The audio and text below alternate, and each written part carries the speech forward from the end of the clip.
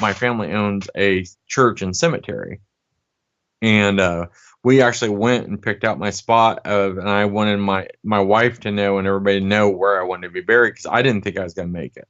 I really didn't, because I didn't see the weight coming off, because I thought, if you start dieting, you should lose 50 pounds in a month. It didn't happen. I was losing 3 pounds here, and then once in a while I would see a weight gain of 2 pounds, but then a couple of days it'd be 6 pounds off. So it was fluctuating so much. So, and that's when we decided let's see here, in 2016, that I was just going to go ahead and have bariatric surgery, which is gastric bypass.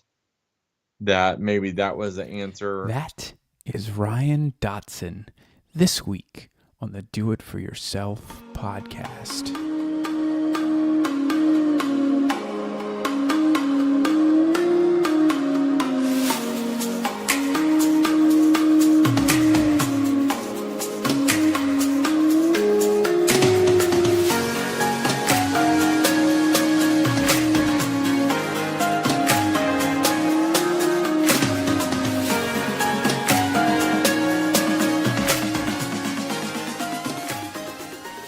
Hey, good people, how's it going? Welcome to another episode here on the Do It For Yourself podcast. This week, I would just like to say that I really appreciate everyone who has taken the time to do a review. If you can take the time to do the review on iTunes, that would mean a lot to me. And it would help this show. It would help me continue to book some great guests. And it would just overall help the visibility of this show on iTunes. So if you are listening on an iPhone, iPad, iPod, whatever it is, just do me a favor, take a quick second, scroll down a little bit, leave a star rating, let me know what you think of the show, and I appreciate it. On to this week's guest. This week, my guest is Ryan Dotson, and Ryan is, I guess what we could say as of right now, a runner and an aspiring triathlete. Ryan has not done a triathlon yet. He did have some difficulties with his shoulder, and so he is needing to rehab that for a little while still before he can get in and start his swimming. But Ryan has been running some races here. And before he ever started running races, he actually clocked in at 540 pounds. He was at a point where he was very discouraged, and he even went so far as almost calling it quits, not in a suicidal way, but you'll hear as part of his story some of the things that he was doing and some of the steps that he was taking, because he was very certain that he was not going to make it much longer with his health being in the condition that it was in. And Ryan then took that and did at least a complete 360. And now, as he likes to say, he has created a new life for himself. He did not adopt a new lifestyle. He has gone and created an entirely new life for himself. He weighs in at about 240 pounds now. He would like to get down to somewhere around 200, maybe just under 200 pounds, but that's where he is in that side of his journey. He is still running. He's loving the running so far. And we actually got connected through a mutual friend, air quotes, Triathlon Taryn, who I've been on his podcast, and he has also been on mine. So it was cool to meet someone through that and get a chance to listen to their story. The last thing that I will say is somewhere right in the middle, we had a little bit of a drop in connection, and there's a weird noise. So I just want to give you a heads up. It's not your phone, it's not your speakers, it's not your, device or anything like that. It is the podcast. We did have a slight little difficulty there right in the middle. But that is unfortunately one of the downfalls of, doing some of these interviews through Skype. So just as a heads up, there is a spot in the middle where we have a little cutout. You might hear a weird noise, but that's about it. So without further ado, here is my conversation with Ryan Dotson. So I am joined here today by Ryan Dotson, and Ryan and I actually got connected on Instagram, and Ryan had downloaded a couple podcasts that I've done in the past before. And so we got chatting, and he kind of told me a little bit about his story. And I knew that as soon as he started to share his story with me, he was someone that I really wanted to get on the podcast as well. And that's what's amazing about, this podcasting thing and social media and everything else. You meet these people through these different channels, and you get to link up with them, get connected, and kind of learn about their story and learn about what they've been up to. So, Ryan, thank you so much for jumping on with me this afternoon. Oh, it's my pleasure for sure. So, do me a favor, talk to me a little bit about what you've been up to. I know you just did a half marathon yesterday, and you've already done a couple races this year. So, tell me a little bit about what you've kind of been up to already this season. Um, I have done actually approximately 20 races this year already. Um, which my wife bought me a board, like a metal rack thing, and when she bought it for me for Christmas last year, it had like a ton of hangers, and I said that must be, because never was a runner before, never was into any of this, and I said, well, that'll take 2 or 3 years to fill up. Well, as of yesterday, I only have 11 more places to fill, and I have over 18 races still scheduled for this year. So not only are we going to fill it, we're going to have to add to it. Yeah, that's awesome. And I never thought that would, come about. Speaking last year, I think I ran 8 to 10 races max. And that was my first year ever running a race. Period. Definitely was new, never a runner. I said, and that's where we're at now. And now I just had both shoulders surgery. So because my rotators weren't going, not the rotator cuffs didn't need to be done. I know some people have to have rotator, major surgery. I didn't, but I had to have physical therapy but they are where I can run, I can bike. I just can't swim yet until approximately October. But then my 2019 goal is triathlon. Okay. So which has been a goal for mine, and I'm a lot of people do know triathlon Taryn Gritzkel is from Canada. I have followed him, and actually I started following him not because of triathlon, because back then he was doing more of like shoe reviews and what he wore to wear to jog, and how he was doing his footing, and that was stuff that, for me, I don't have an athletic background, so it was all, and he was so fun. I just really was entertained by that, and how he was just down to earth, and also the shoes weren't $400 or $500 shoes. They were very affordable for the everyday person. Yeah. And he would, and that's where I think a lot of people that start, they get overwhelmed by these, because I went out and got the magazine, Running World, all that, and you see these shoes and they're expensive, and or they get overwhelmed, because all this gear. But then I started learning that you can just go with the shoe that fits matters more. I mean, yeah, now I have Hoka's and stuff, but that's more to prevent injury. But I still run in my New Balance. I think they are. No, they're Saucony, matters where you're from. Yeah, like I said, it just started all there. Yeah, and Taryn is very relatable. He is definitely gearing his content towards, the everyday kind of triathlete, runner, endurance sports athlete, and it's just very easy to sit down and watch his content, and relate to him, and pick up on these little pieces and little bits of advice, that he's trying to, push out to everyone. So, yeah, if you haven't checked him out before, definitely. He's been on this podcast, and I have been on his podcast, and he's all over Instagram, YouTube, and Facebook as Triathlon Terran. So definitely worth the follow as well.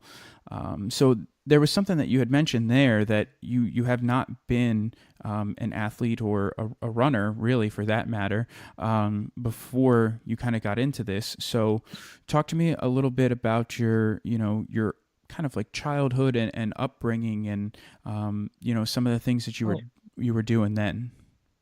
Okay.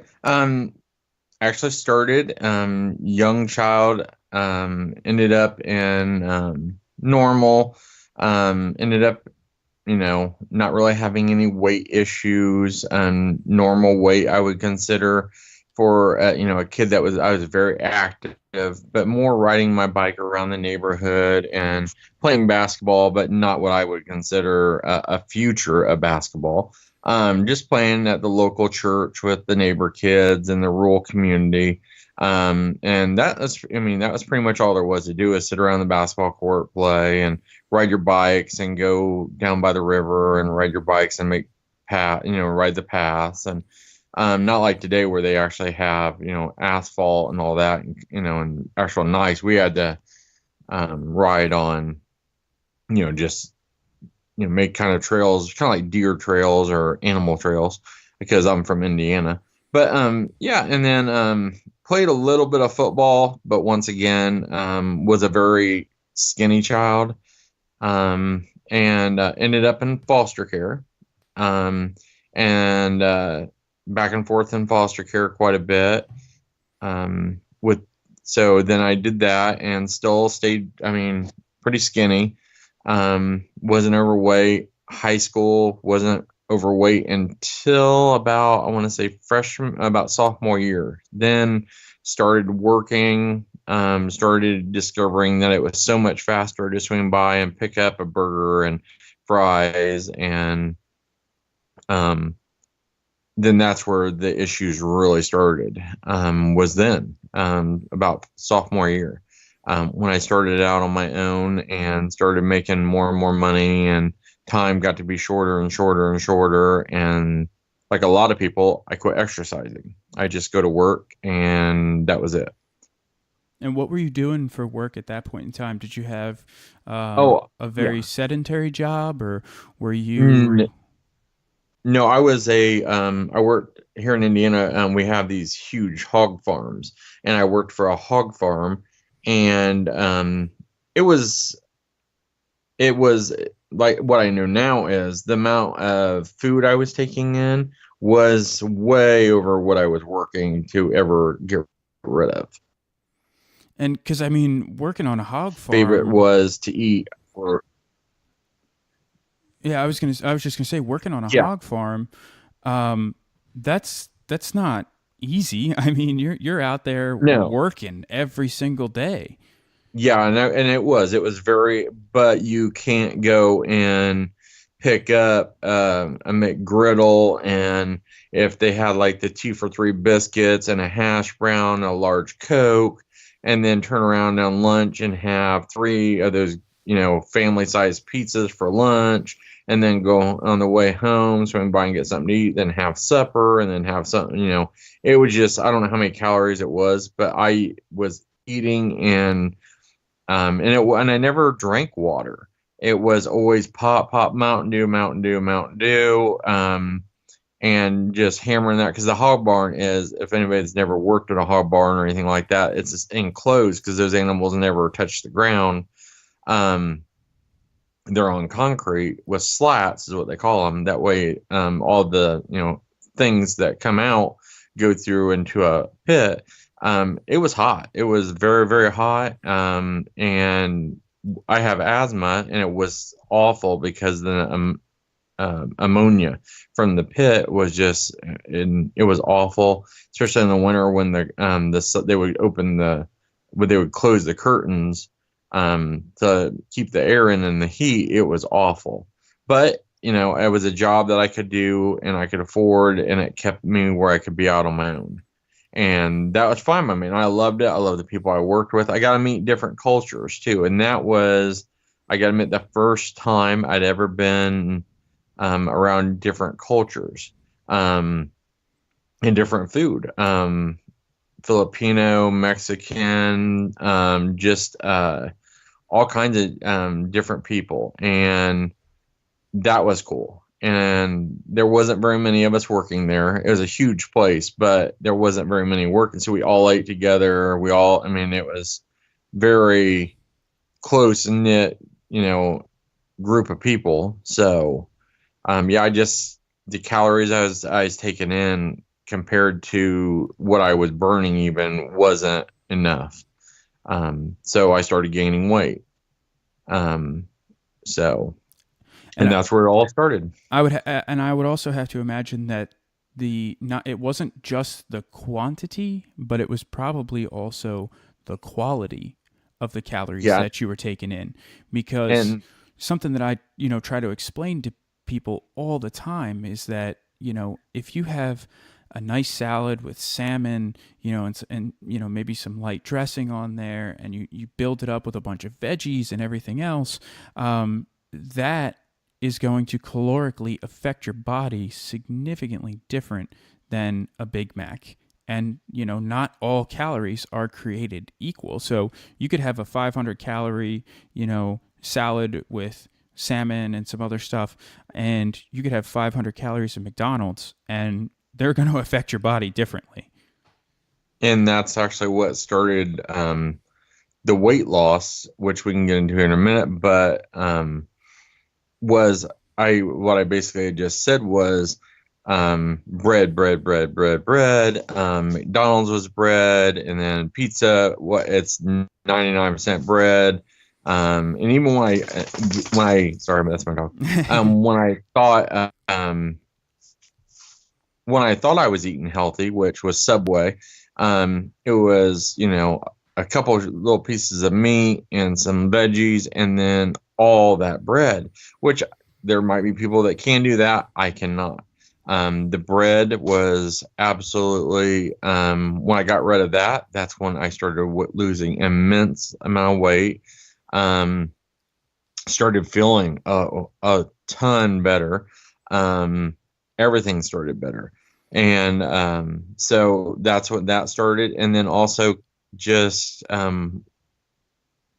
later on in life, when I got my highest point, I got into classes. And now it's funny, I can go to the grocery store, and the first thing I do is I look at a label in the front just to basically see, make sure it is what I want. And automatically, me and my wife will automatically, not even think, we'll turn it around in the back to see what the sugars are. And also because a lot of them will say whatever they want on the front. And then you'll look, and the first ingredient is flour, or it'll say sugar free, but the first thing on the back will say corn syrup. And then we'll just put it back, because we really try to stay away from the sugar, the carbs.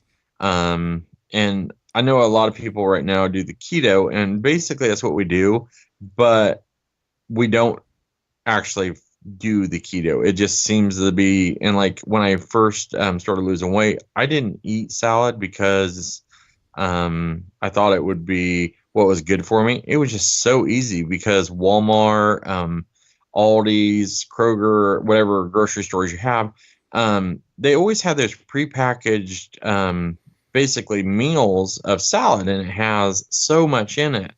All your superfoods, your kale, your all that when and they're good. And it's like $2.99 for a whole bag of it, and that I could take that to lunch. And and that was, a Big Mac meal was $7. Mm-hmm. So when I started doing that and I liked it, then I just stuck with it, and that's when the weight really started coming off. And then my wife started grilling, and then I started losing weight too. And that's when we just kind of fell into the no grains, no sugars.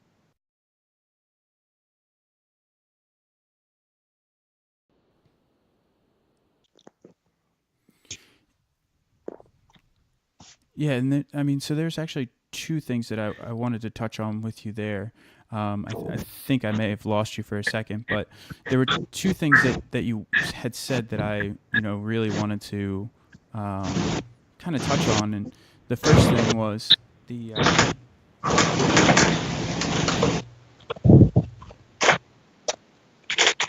Yeah. Are you still there? Yeah, I'm here. Okay. I was just waiting on you. Sorry. Yeah, no, that's okay. So I think I actually lost you for a second there, but there was two things that I definitely wanted to kind of touch on that you had mentioned, and the first one was that the food labels and the packaging on the front. The one that I hate the most, that I think is just they should take it off. There's no way that they should be able to put it on there.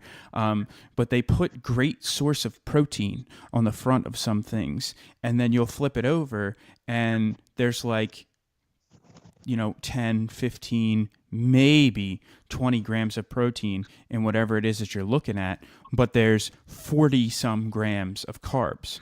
And I'm thinking to myself, 40 grams of carbs for 20 grams of protein, that's not a good trade-off there. So the marketing and the packaging industry right now is really, it's fooling people, which is, it frustrates me for sure, because someone who's going to the grocery store to try and be healthy, it's just, it can be tough sometimes. And the other thing that I wanted to touch on was when you said that, it's $2-3 for this bag of salad, maybe $4, and then it's like $7-8 for something at McDonald's. And people always have this argument, oh, well, it's so hard to eat healthy because it's so expensive. But really, it's not.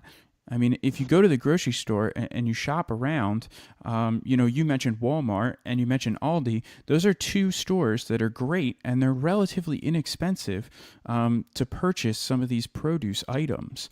So, some of these arguments are, I almost want to say, void, because you can do it. You just have to put in the work and kind of really do the research to find these things. Now, I know that you had started talking about your weight loss a little bit, but I want to touch on after you were at the pig farm.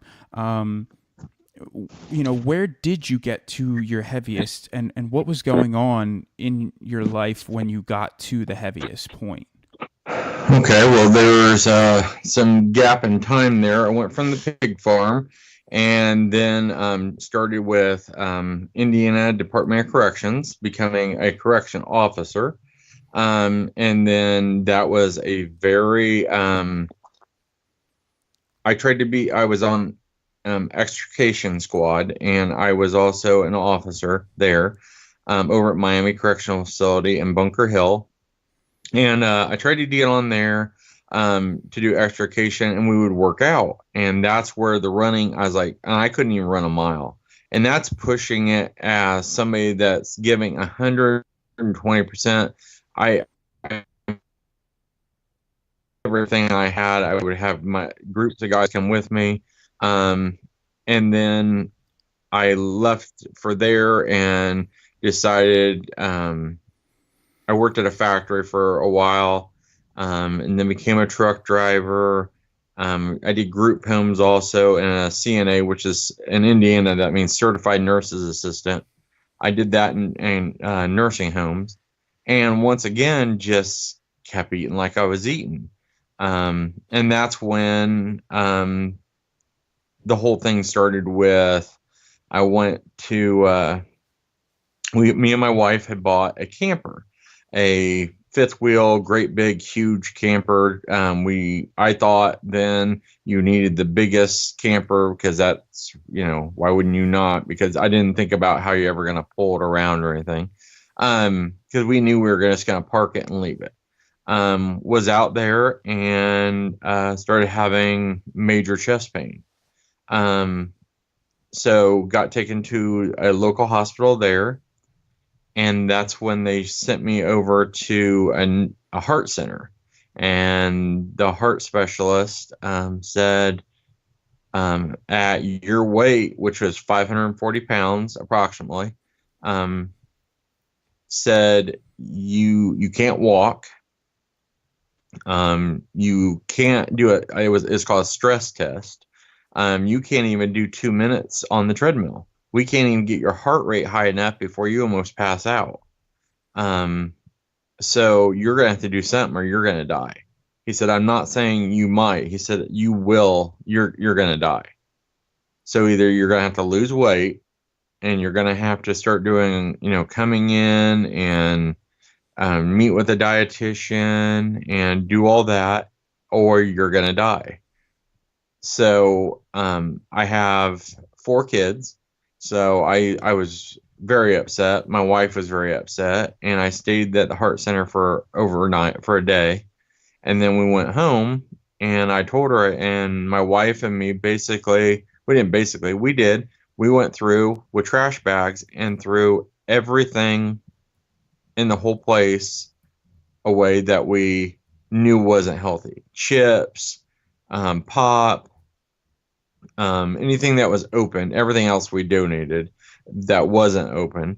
But anything that was open, cookies, just you wouldn't believe how much junk food and then that's when I realized really what I had been eating.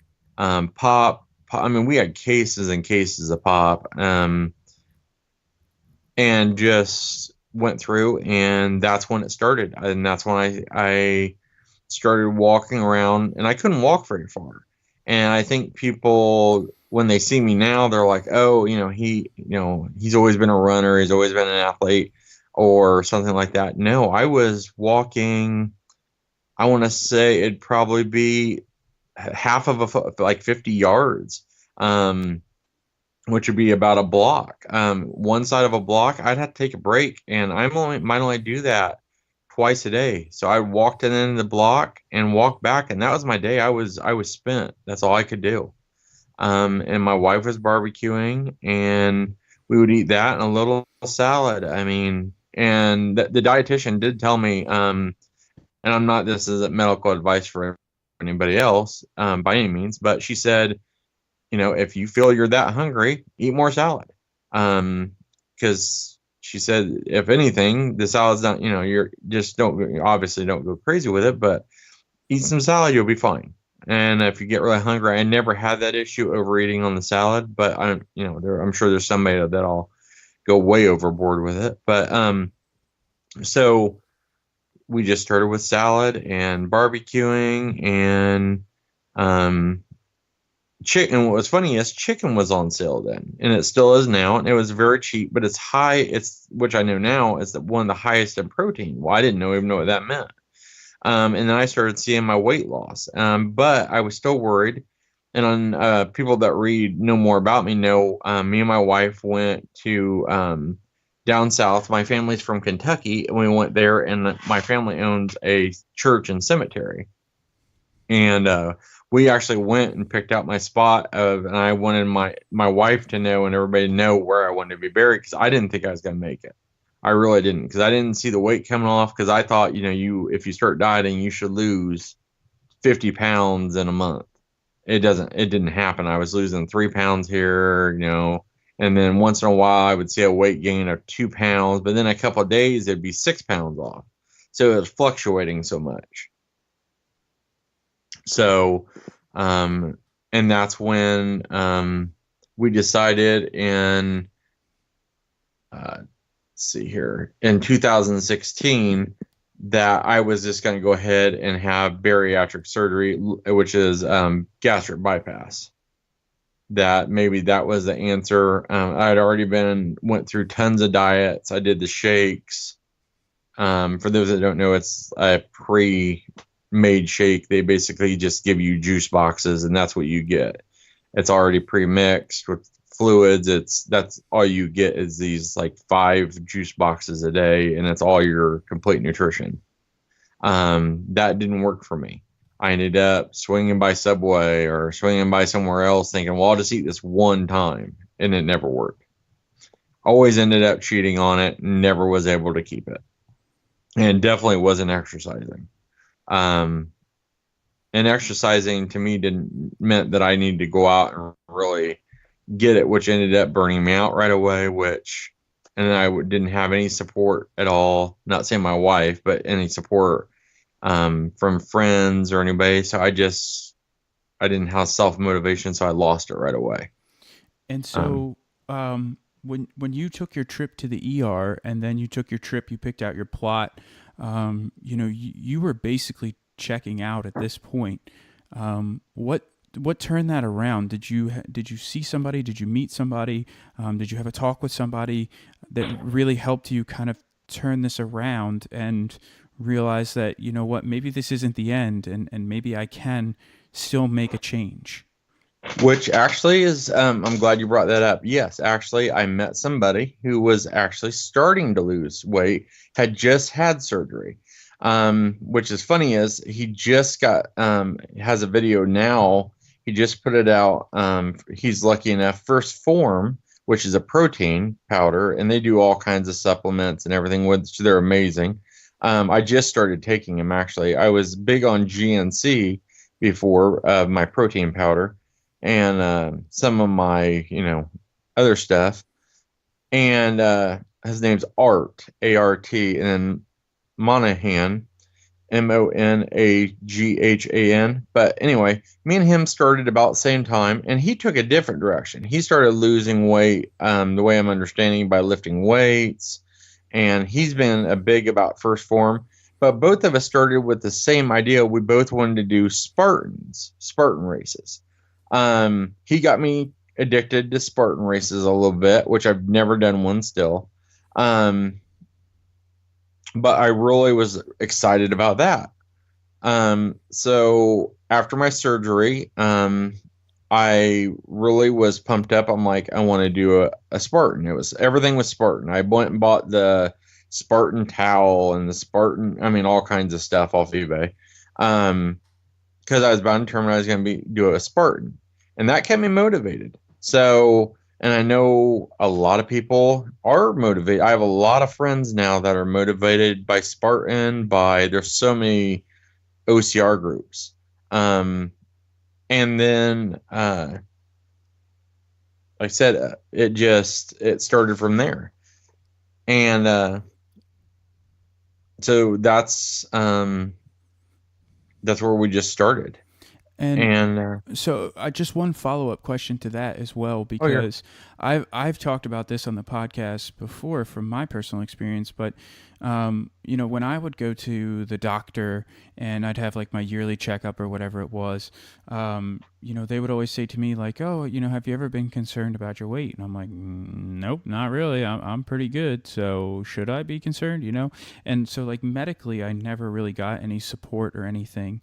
Did you have any doctors or anyone in the medical industry that kind of offered you some help or offered you kind of like a light at the end of the tunnel, to let you know that this is something that you could do and that this is possible, and you don't have to plan your plot just yet? No, actually, I'm glad you brought it. No, I had absolutely none. The biggest thing, what always they did when I walked in, is they would say, "Well, come over here and we're going to weigh you." And I would always say the same thing: "No, you're not, because your scale doesn't go to my weight. Your scale only goes to 350 pounds." And they were like, "Oh." And that meant I had to go down to to a different area, or they would just ask me my weight. And then the second thing is, are you diabetic? And then no matter what I said, I always got checked for diabetes. And um, then that's basically the only questions I ever really got. And it was always, when you're overweight. That, I mean, there was never even, they knew that I knew, or that's all I ever got. I didn't get any light at all. To me, I really thought I really thought there was no hope. Did this to myself. I've gained all this weight, and there's nothing I can do to get this back off. And then I got sent over to a big town it's in Fort Wayne, to go get bariatric surgery consult and go to their little seminar. And I gotta admit, it wasn't so much the place itself that motivated me, because to me it was just another hospital, just another business. But what they do is they have you sit in groups of people, and that way they can teach all of you at once, so they're not individually. And you have to sign a HIPAA form saying that you're not going to discuss, because everybody basically has their own medical or story, or that you won't discuss their stuff. And um, I got to learn from everybody else what they had tried, and I was like, hey, I did that too. And hey, and I know what it's like to pay, $40 for a Hanes t-shirt at XL men's store, and I know that skinny people pay $6 for the same shirt, but I was wearing a 6XL tall. So I was paying, $50 for a shirt. And it was that was another thing. Clothes shopping, every pant shopping, underwear, everything cost so much. It was unbearable. And no, I never. And then that group, like I said, they just we got together, we started being friends. All of us, Facebook, all started we started our own Facebook group pre-surgery. Because you had to take the classes before they would let you do the surgery, to make sure that you knew that you need to be educated before you do it, because you can really get yourself sick or hurt, or if you say you try to go eat more than basically a shot glass. After I had my surgery, it was my wife and would help me out, and she would make me a shot glass of food, and that's all I could eat. I mean, that was it. And sometimes that was too much. GNC, I mean, I started drinking their pre-made Isopure. That's how I got my protein in, because it was kind of flavored. It was, and that was great. And that's where it all started too after surgery and then I started seeing the numbers come off. But then I started walking at the local gym, which was it was a old school. And I would just walk the gym, and I'd walk one side once again, walk one side, stop. And it's funny, my son, we found on his iPad the actual first time I ever walked. He took pictures of me walking at the gym. And he was 4 years old, about 3 or 4 at the time. And that was 2016. And I said he took the pictures of my first time ever walking. And where I was really starting to lose weight. One question that I do want to ask you, post surgery, now you're starting to eat, you're starting to adapt these, bring on these different eating habits and everything. What do you think the biggest difference was between how you started eating, post surgery, how you eat now, versus doing those pre-made kind of like juice diets? The juice diets left you so hungry, and it didn't really. It will make you lose weight, don't get me wrong, but it's kind of like if, which is funny. I hear people that do wrestling and stuff, and they like, yeah, we do the sweatsuits right before, so we can get the lowest weight, and we quit drinking and everything. It basically was like that. It was to hurry up and get your number down, and then within right away, then you're starved and you vegged. I mean, you just went crazy with the food because you went without food. And for me, it didn't work. I know a lot of people that did it, that were in the same boat as me, and all of us failed. I failed. Not saying that it might not work for somebody. It didn't work for me. I tried. It was the pre-made meals even, which that got very expensive, and I thought that would work. That didn't work for me either. It was when I started getting educated of what was healthy and what I could eat, and that's what really helped, is when I knew what I was doing right and wrong, and more education. And still today, I mean, um, I still find out all the time, how to get more protein in, or um, something, or this, this seed that you can add to your shakes, and it'll, up the protein level a bunch, and add omega 3s and all this. And I'm learning as I'm going. I'm no expert at all. I'm the last person, I mean, at all.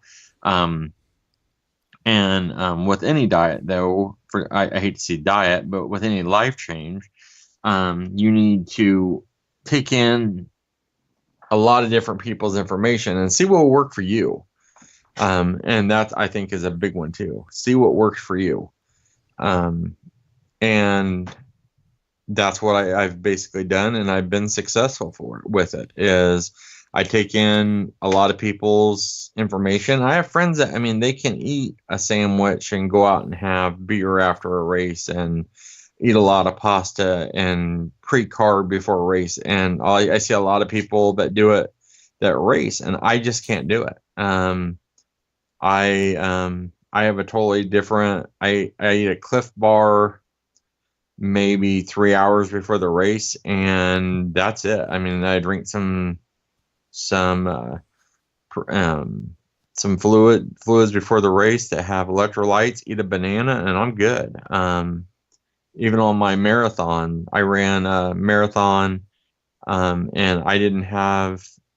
I just basically just stuck with the Cliff, the gels and stuff, because with the gastric bypass, you do bypass a lot of the calories.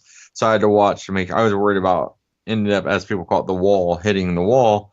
I was worried that I was going to run out of calories, or just finally. So I did eat the chews, which I think were amazing, and the gels during the race, and then I carried water on me. So, but yeah. And I think that's one misconception that people who have gone through a weight loss journey and then get into endurance sports have, is they think that they should not eat during a race, because that's going to, affect the calorie burn after the fact, and they're basically undoing their workout before it's even done, because they are eating, and they end up hitting that wall, like you're saying, because they're not fueling for what they're doing. So really, I mean, anything above 5K, 10K, you have to fuel for that. You have to take in something. And so, yes, the chews work great. The gels work great. There's so many different, powdered drinks that you can use. I don't know if you've tried it, but I am a huge fan of Infinite Nutrition, because it has everything all in like one bottle. So I don't have to worry about carrying, 6 gels with me or anything like that. I can just carry one bottle with me. But you got to have something. You got to have some kind of calories to take in when you're getting into these longer distance races, for sure. Yeah, and that's what I actually, by not, and I know it was the first, and nobody told me about this wall. When you're not when you don't come from a running family, and especially me being basically foster care, I didn't really know much about the running.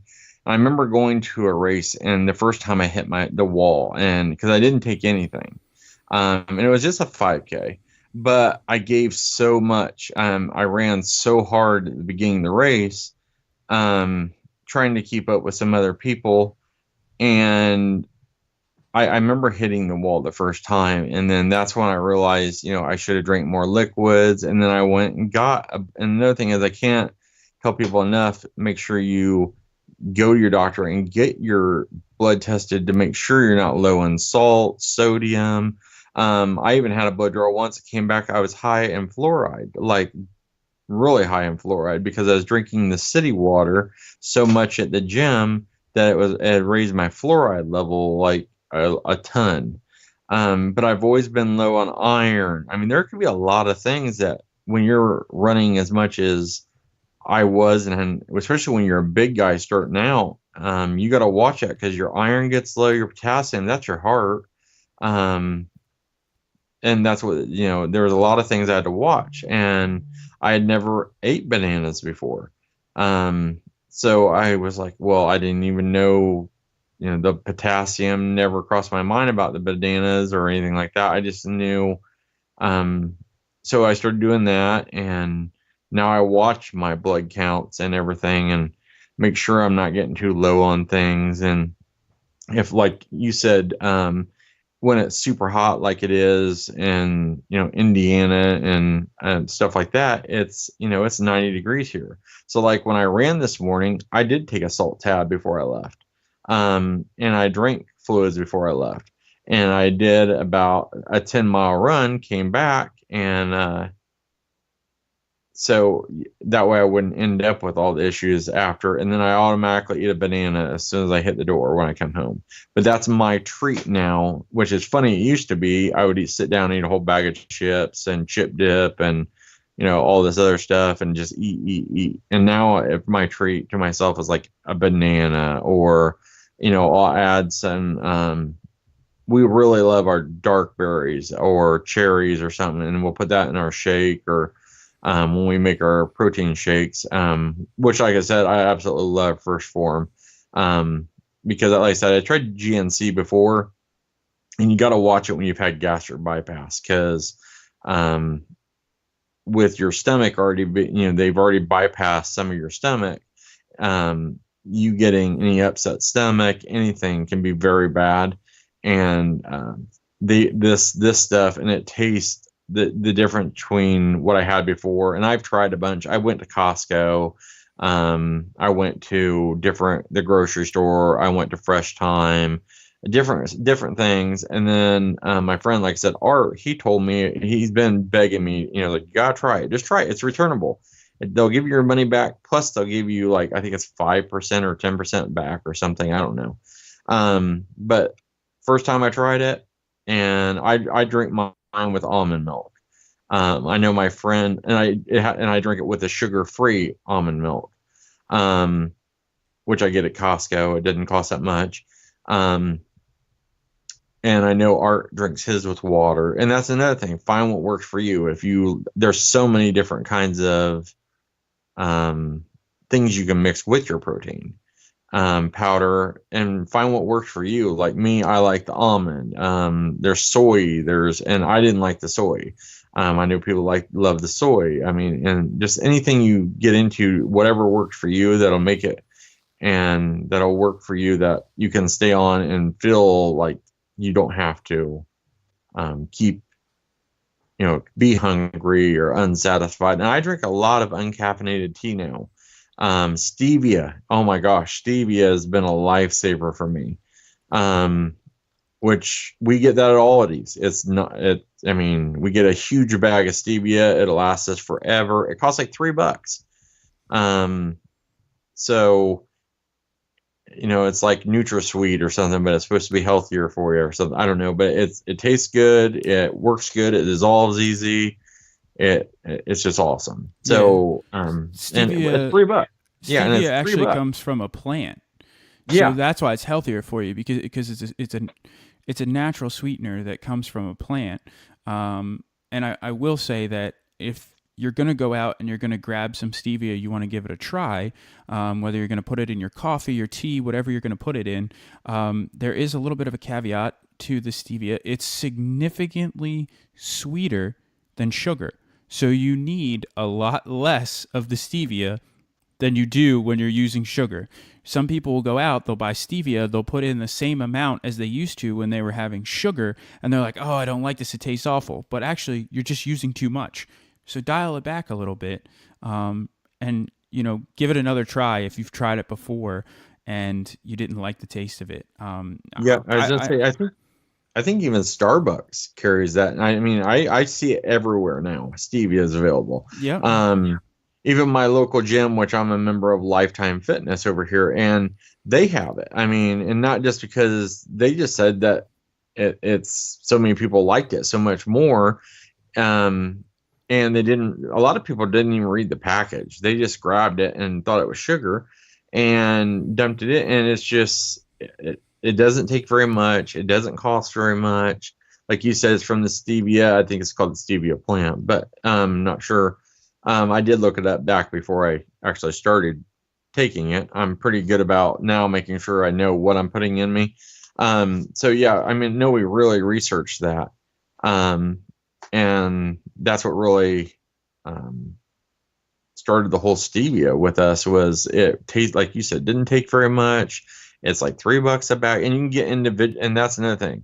You don't have to get a big bag. You can get like the little itsy bitsy packets, throw them in, and take it to lunch with you, take it wherever you want. I mean, they're just little packets, just like you would with anything else. So it's completely portable. I mean, there's no reason why you can't. And I love it. Like I said, I think it tastes great. We've never had any issues with it. And especially me after my gastric bypass, I got sick on anything, and stevia never gave me an issue. Um, so that's what also really helped me, was knowing what I could eat, when I couldn't. Um, so And you said you were a big soda or pop drinker, depending on where you're from. Have you tried the stevia soda, the Zevia? I can't have anything carbonated because I had gastric bypass. Now I have friends that can.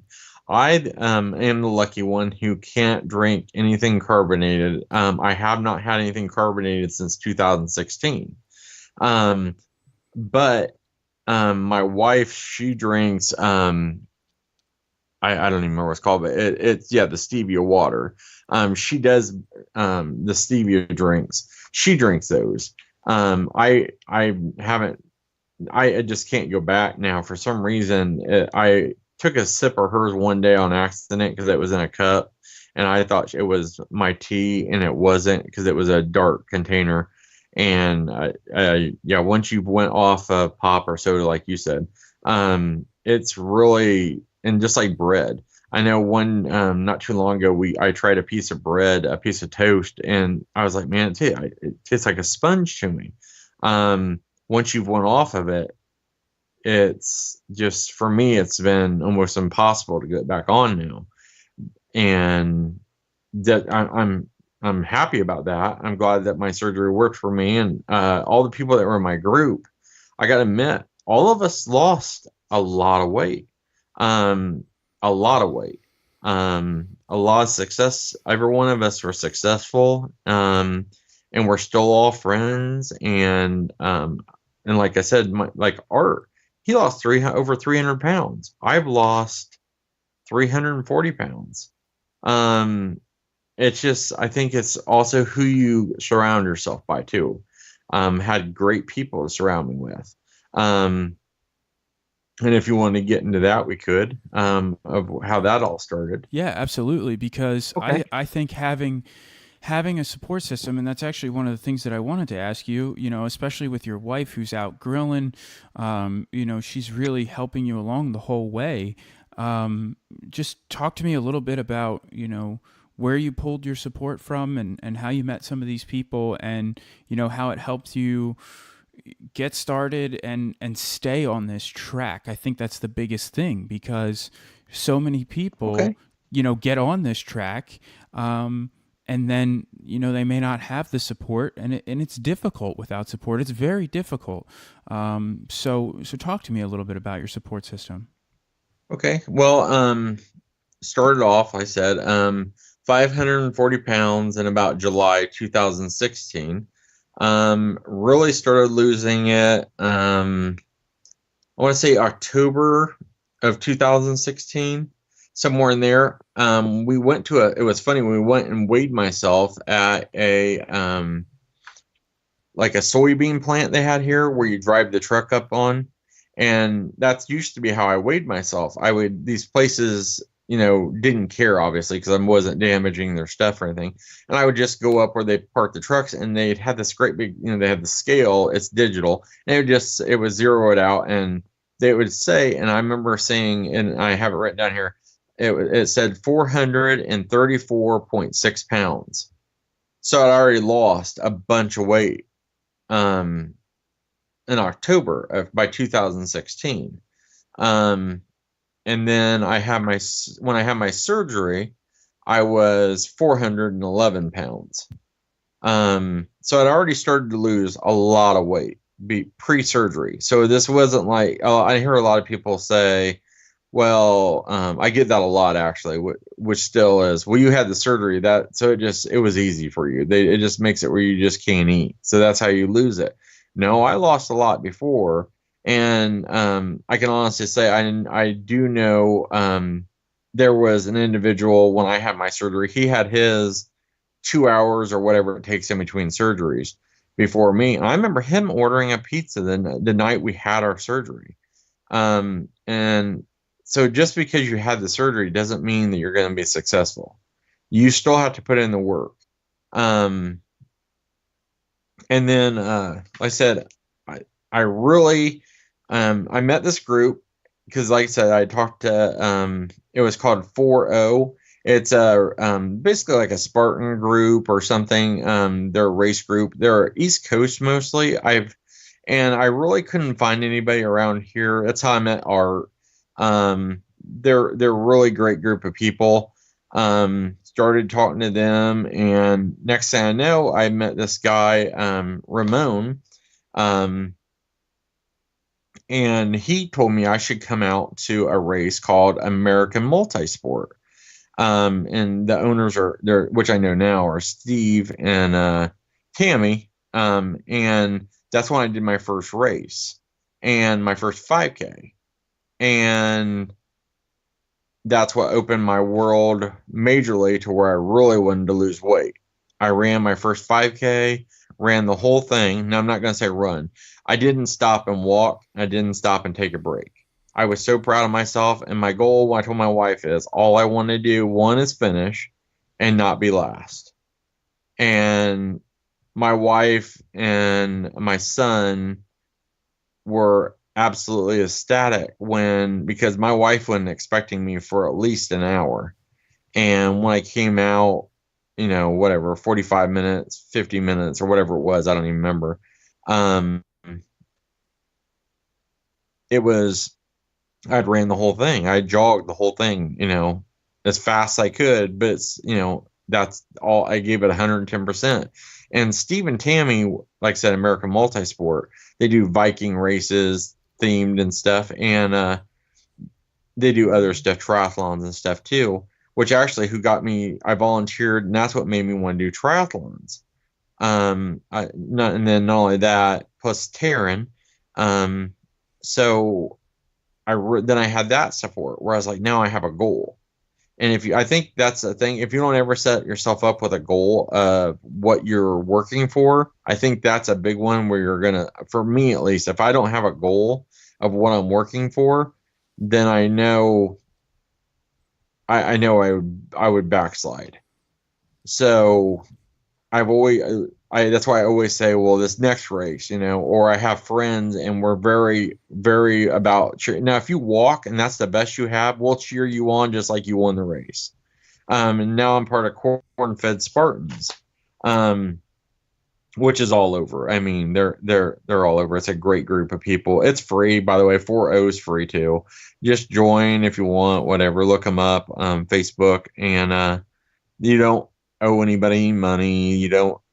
There's nothing. It's just you join, and they just have basically you got to be appropriate and not say dirty stuff and that kind of thing, and be respectful. And so it's great. It don't matter if you're, like I said, first place, last place. If you're walking, everybody cheers each other on. We all hang out before races together. We have jerseys and stuff, which you can buy if you want. If you don't, fine. It don't matter.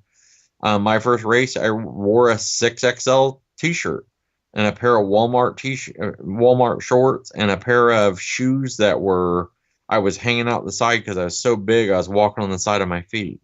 And I raced that, and I was 400 pounds when I ran my first 5K. So, yeah, I don't know if I can't remember if I've told this story or not on the podcast, but you talked about always having a goal, and when I started losing weight myself, I didn't have a goal. I knew I wanted to look better. I knew I wanted to get healthy, but I didn't have anything that I was working towards. And so I ended up talking with a friend, and she said that she was training somebody in swimming, for doing a triathlon. And so that's what I did. I signed up for a triathlon, and I think I probably weighed, somewhere probably in the very high 200s when I signed up for my first triathlon. But having that goal is what really kept me going for sure. Yeah, like I said, if I didn't have a goal, I don't know what I would do. Like if I knew, like I know in November I have a full marathon. I know like next weekend I know I'm doing well I'm doing Steve and Tammy's American Multisport. They have one in it's Hell, Michigan, and the name of the town is Hell. Um and then I have one with another great group here in Indianapolis. Um and it's called the Beaver Chase, but I think it's like a 5K.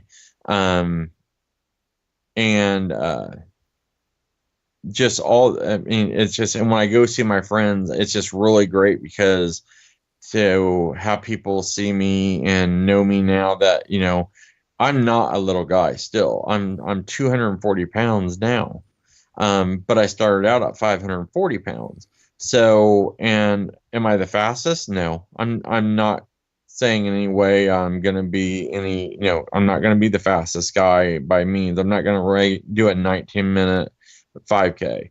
At least yet. I always will have that goal. I've always said that my goal, um, I said before, I'm always going to keep pushing. And that's why I went ahead and now I have a new training group. I actually went ahead and hired a new trainer, which is TS2. And then they put me up with a trainer. They have a bunch of trainers, like 10, and she's been amazing. But I said, that's been I haven't done that very long. Just started with them, but I'm already starting to see major numbers. And Nick, who's I don't know if he's a CEO or owner or what his official title is, Aaron, but those are the top people that I've talked to. But my new trainer, Amanda Mercer, she's from Ohio, but she's in triathlon. And what's funny is I met her when I went to go just, kind of meet the group, see what they were like, and met her. And then now she's my trainer, and we just get along really good. And it's kind of weird because when you go to these races, and I don't know if you dealt with that when you went to your first race, but you see all these bikes and you're like, man, that's a lot of money on bikes because zip wheels are, $2,000, $3,000, and then the bike, and then the handlebars, and then the water, and then there's this, and this. And when you got 4 kids, it seemed crazy to me. I'm like, oh, well, so right now, I mean, I have a 2012 Roubaix Fuji, I mean, and with some, extension bars on the front. But like, man, that's a lot of people started that way. They borrow their first wetsuit. There's a place here in town you can rent your first wetsuit for a triathlon. And then if you like it, then the payments towards that, whatever you rented it, goes towards you purchasing it, a new one, which I thought was pretty cool. So try it, and if you like it, then go buy one, and they'll put the payment towards the purchase. I was like, well, that's pretty cool. But yeah, that's where I can't say enough. They've been amazingly helpful, messaging me every day. I think that's going to be this year. By next summer, I'm hoping that will be. Well, I'm not hoping. It will be the big switch for me, and losing the what I wanted to lose, the weight down. I wanted to get below. I'm 6'4", so I wanted to get below 200 pounds. Because right now I'm at 240. So from 540 to 240. Um, and I really wanted to see that 200 mark. Um, so I think that's going to be doable with help. And another thing is I'm learning a lot about a lot of guidance, a lot of, hey, you need to work on, how you, um, your body positioning and working on your core and your glutes and stuff I had no idea. And this is what kind of workout try these workouts, that stuff. I never really had any help. I just went and ran. Well, then you get injuries. I'm learning that now. I always wondered why I was getting injuries, Yeah. why it hurt, why am I getting back and my knees hurt, and that's when I decided to go to Hoka, um, and then using which is funny. Now that I see Taryn doing these videos, he's always using those bands. And I used to be like, what are those bands really going to do? Come on. And now, though, I've been doing the bands with help. I've learned, what to do. And I went to classes on all this and got professional help of, how to be injury preventative. Um, Now it's like, wow, they really do work, and I feel a lot better when I run. And I can, my positioning and hopefully with TS2, I'm really going to be able to, you know, work on it harder and harder and harder and get my goals. And um, I've been joking around that I went to Muncie Ironman this year, which didn't happen just last month in July, and I said.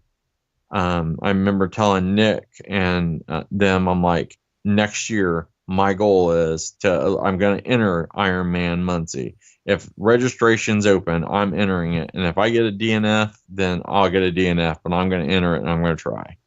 And right now, I have no swim background either. None. So I'm not just, so that's a goal. So now I know I have to go to the pool and I have to work hard. And they have and TS2 has Chris. He's a trainer, but he went to, I think, IU or something for swimming. I have full faith that if I put in the time, I'll have the ability. I wasn't a runner before. Now I race. I run all the time. Almost every weekend, I run. And what's funny is now I run.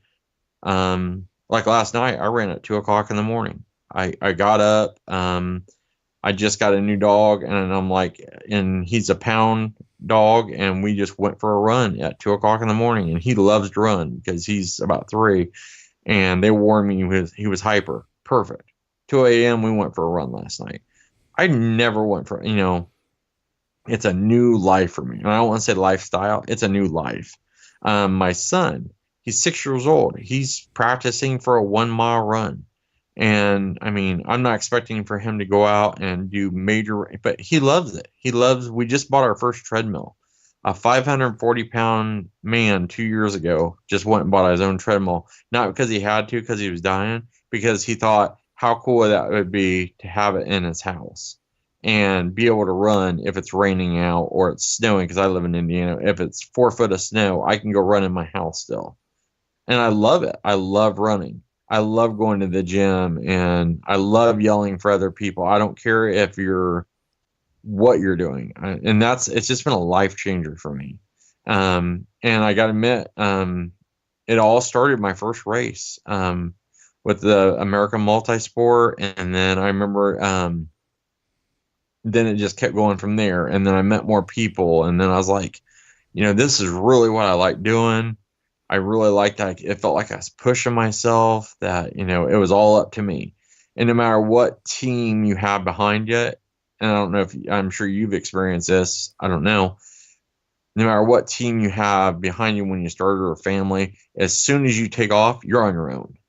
And that's why I felt. I thought, wow, this is 100% up to me. What I put in this is what I'm going to get out of this.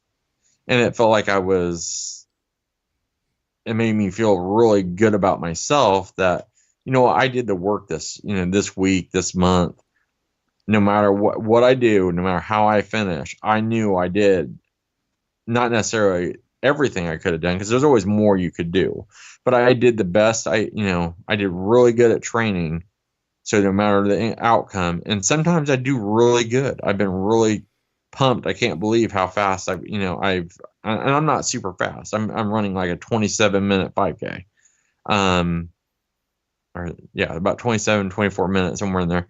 But it just matters if there's hills or not. I did Gnawbone this year, which is Ohio. I'm sorry, Indiana, which is down in Brown County.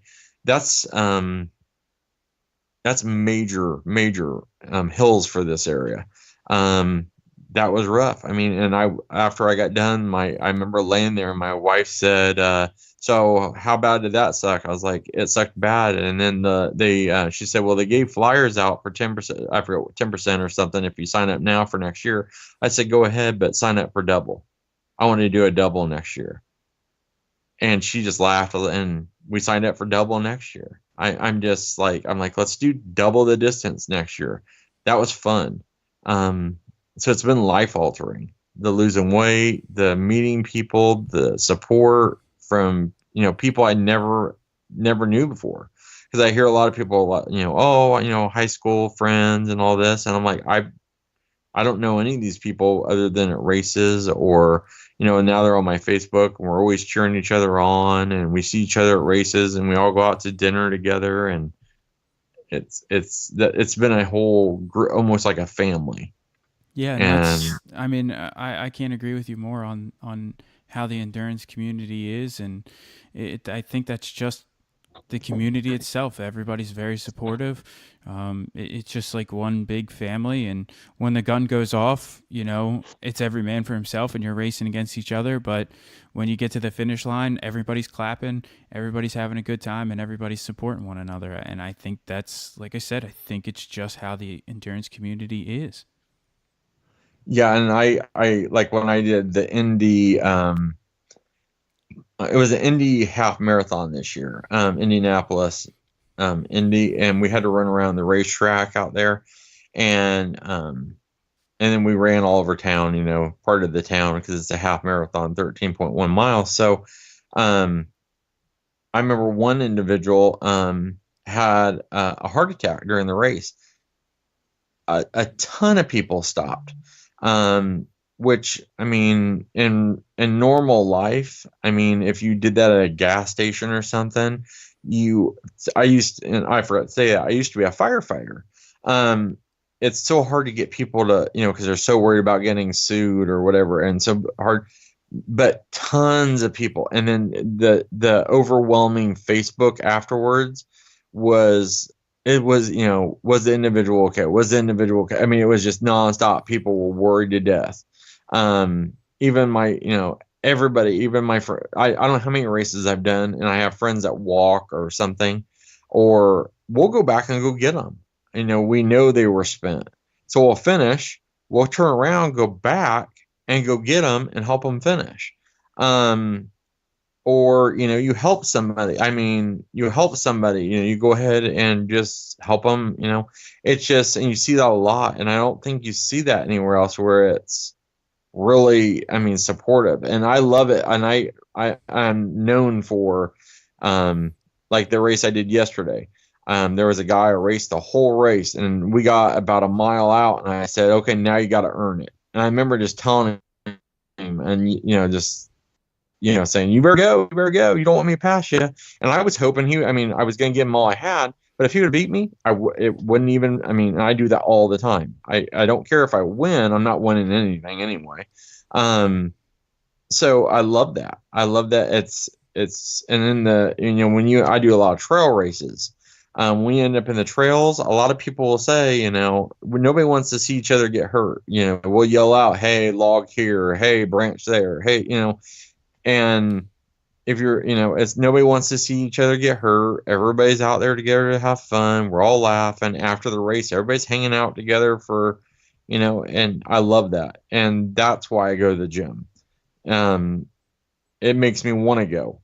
It makes me want to try that much harder. Just like I think another thing is when you get a coach, I think accountability also helps, which is what I'm wanting now, is accountability. where to say, hey, and don't push it. I need more of an educated plan, and education I think is going to be the big one that's going to help me for 2019 is education. That's where we're at now is getting educated and making injury prevention and just helping me reach even higher goals because I never thought I would be where I'm at now. If you told me I was going to run for fun back when I was 540 pounds, I mean, I tell my wife this whole time. She'll say, we'll say we used to fight over who would go and get, you know, something upstairs or something in, out in the garage or something. And now I'm like, oh, I'll just go get it. Or, now I used to not even be able to bend over to tie my shoes. I used to slip my shoes on. And because I couldn't reach down to put them on. Um, I was absolutely just miserable. Life was miserable. Couldn't wear a seatbelt in my vehicle. Just and now and it just seems like it is it's totally different life. I still have never flown in a commercial plane. So that's a new one I'm wanting to do. I finally hit the goal of the weight for skydiving. So I really want to do that still. There's a whole bucket list I have of little things I want to do, but I just hit the weight for skydiving. That's a big one. I was like, oh, I always wanted to do that, but we'll see. Whenever that's, feasible. Um, so Yeah. Well, and I think that everything that you have just said just speaks to the dedication that you've put in, and now this, in return, what you've gotten back is this new passion for this new life, as you've called it. And, it's just one of those things that, like you have said numerous times here today, that if you put in the work, you are going to be able to do anything that you want to do. And, even if it's something that you think, no, I could never do that. I can never run a 5K, let alone a full marathon. If you put in the work, you're going to be able to do that. And I think that your story is just an absolute testament to that. So I want to thank you, very much for coming on with me today and sharing so much of your story with me. I really appreciate you taking the time to sit down and do that with me. I really appreciate it. Like I said, your story, I read yours, what, is on your Instagram and the kind of, I think it was like a before and after what you look like now and kind of then. And, a lot of people are that way. I'm noticing. Taryn was a big guy too. Um, everybody's got a story. Lionel Sanders, for goodness sakes. I mean, he used to be, I think, an addict or something, or Yep. had a drug addiction. Yes, he did. And look at how he is now. I mean, there are so many people that have stories of what they overcame and that they pushed themselves. Everybody has a reason why they're out there. But I mean, like Lionel Sanders said, he's going to open up his YouTube so everybody can learn from him now. That's not a guy that's trying to be. I mean, to me, that really was awesome because that's kind of how I feel. As he even said it on his thing on YouTube that he wants his competitors to see what he's doing so they can be more competitive to push him even harder. And to me, that's how I feel. That hit home to me 100% because I'm like, that is exactly how I feel. If my friends beat me or people I don't even know and I'm in a race, that's just going to push me that much more, which means I'm going to be more successful on my personal health. I don't do this really. I mean, I do love it for my mental health too, but I love it for my physical health because I feel good. My kids are going to have their dad. My wife's going to have her husband, and that's why I do it. And I feel good. They have a better life. So that's why I think that I know why I'm at least grateful of how I've got my journey so far. Yeah. So, but yeah, everybody's got their story, and I really appreciate being able to tell mine. Absolutely. I appreciate you coming on and sharing it so openly with, not only myself, but the listeners of the podcast as well.